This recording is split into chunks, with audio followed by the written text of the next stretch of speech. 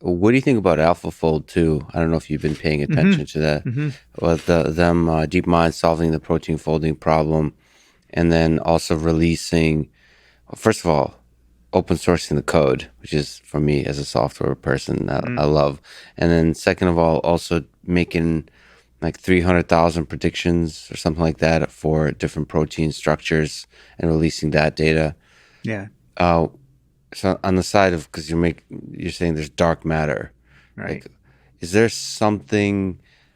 What are your general thoughts, level of excitement about their work, and second, how can that be applied to viruses? Do you think we'll be able to explore the dark matter of virology using Yeah, machine learning? absolutely. Because in all this dark sequence, you can translate it and make a protein.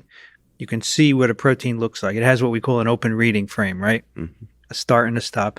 And right now, it's just a bunch of amino acids. But if we could fold it, maybe the fold would be like something we already know, some Mhm. protein fold, which gives you a lot of clues, right? Because there are only so many protein folds in biology, and that dark matter is probably one of them.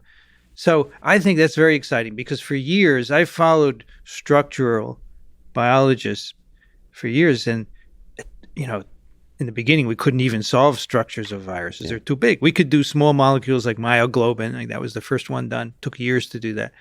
And then, as computational power increased, then they could start to do viruses, but it took a long time. X-ray crystallography depended on getting crystals of the virus, right? And now we can do cryo-electron microscopy, which is much faster. You could solve the spike of SARS-CoV-2 was solved in 2 months by Jason McClelland here in Austin, actually, at the beginning of the pandemic.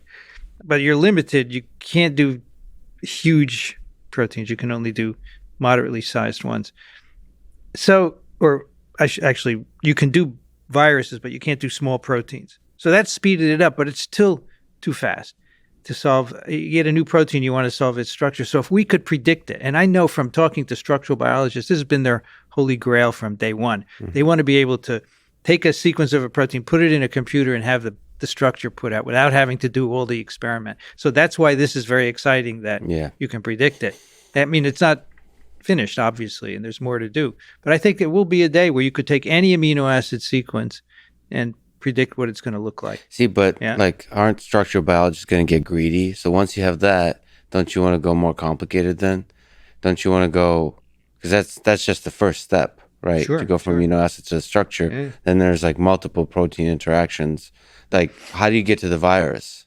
Well, so that's what the ultimate goal of getting a structure is, that then you can do experiments and figure out what the structure means, right? So many, in the old days, structural biology was a career in itself. You worked with people who had a system and you solved proteins for them, and then you moved on to another one. You didn't really do any experiments. The other people got to do all the interesting experiments. Right. Now, young structural biologists are multifaceted. They solve the structure and then they say, well, what happens if we change this amino acid? Oh, look, it blocks binding to the receptor. This must be the receptor binding interface. So that's the exciting stuff, absolutely, is doing the experiment.